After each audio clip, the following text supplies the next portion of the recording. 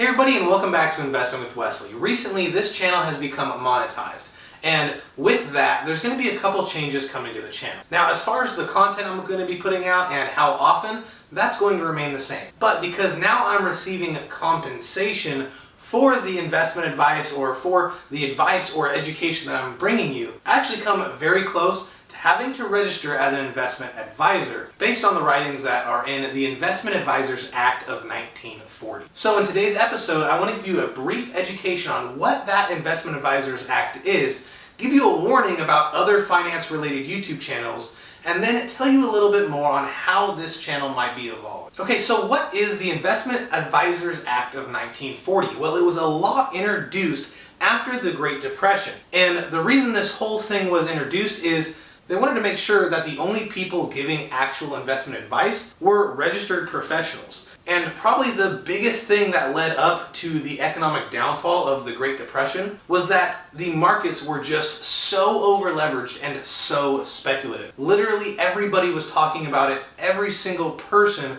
was taking on debt in order to invest, and it was wild. But it was so wild that taxi drivers, shoe shines, and you name it, were telling other people what their favorite stock picks were and how much they've gone up. And people were actually listening and taking this advice and running with it. Now, that's not to say that you can't tell your friends or your family or even a coworker what your favorite stock picks are and have it mean that you're breaking the law. This Investment Advisors Act really covers it all and protects people from just having normal conversation.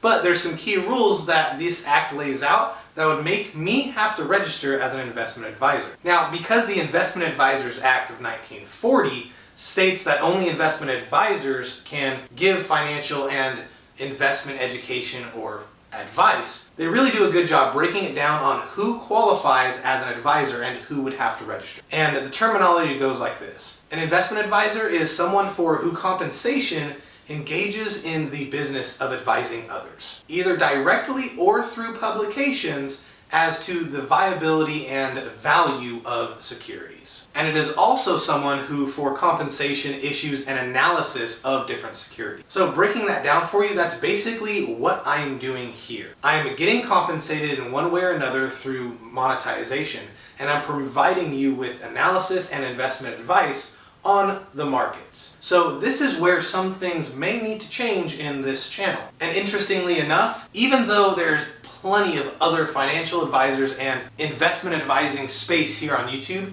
no one seems to be registered as an advisor. So really, is there a loophole, or is everyone here on this space breaking the law? And I think that a lot of people are giving advice in good faith and don't intentionally mean to break this rule, but at the same time only putting a disclaimer of not financial advice either somewhere in the video or somewhere in the description is not going to cut it. Nowhere in the Investment Advisors Act does it say that, oh, if you put a disclaimer, you're going to be okay. And this leads me to the second part of this video of giving you guys a warning. I'm sure all of you are smart enough then to just take all the advice you see here on the internet, but also remember that the Investment Advisors Act only covers securities. Real estate, cryptocurrencies, commodities, none of those are considered securities. So taking advice, whether it's on YouTube, TikTok, or Instagram, or Snapchat, anywhere, taking advice on those three things in particular is not regulated, and people can basically tell you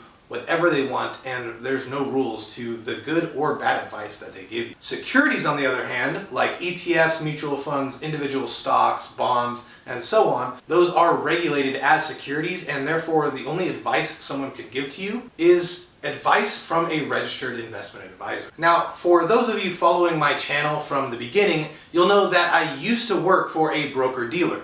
Now, broker-dealers do not have fiduciary responsibility like an investment advisor does. Broker-dealers' only job is to sell you investments or sell you securities. And obviously they're going to sell you the investment that also pays the highest commission to line their pocket. This is the biggest reason I got out of that environment and doing business with those individuals. But with that being said, because I left that firm and am not attached to any other firm, I'm not sponsored, and technically the licenses I do still have don't carry any weight because I am not with any registered agency. And with that being said, let's talk about the final part of this video, the changes that may be coming to this channel. Well, change number one is that when I give you investment strategies, beginner level investing videos, certain analysis, I probably won't be telling you the stock or ETF that I'm analyzing, and instead I'm just going to teach you how to do it yourself. If I give you the stock or company, then it's almost like I'm telling you or educating you on the advisability of that particular company. And as for the last part of this video, step number 3, I want to tell you the potential changes coming to the channel. Probably the biggest, most immediate change to this channel is that whenever I give you some stock analysis or an ETF analysis, or whenever I'm educating you on how to read a fact sheet or anything like that, I probably won't tell you which stock or which company I'm reviewing, because that'll be almost like I'm giving you advisability on that particular company. Instead, all I'm probably going to do is give you the numbers and educate you on how to do it so that you can go about and do it yourself, or seek out your own investment advisor to really get the details done for you. But also coming in the future is my plan to start a nonprofit investment advisor firm. And this channel would fall under that nonprofit. Now, I can't say everything we're going to do is going to be free, but it'll be vastly cheaper than any other investment advisor firm out there. And if I'm successful, every payment that you will give us will actually be a tax-deductible donation for you come tax time. So you save money in more than one way. But unless the monetization of this kicks in really quickly, or other generous viewers out there plan on sending me money, that is in the distant future.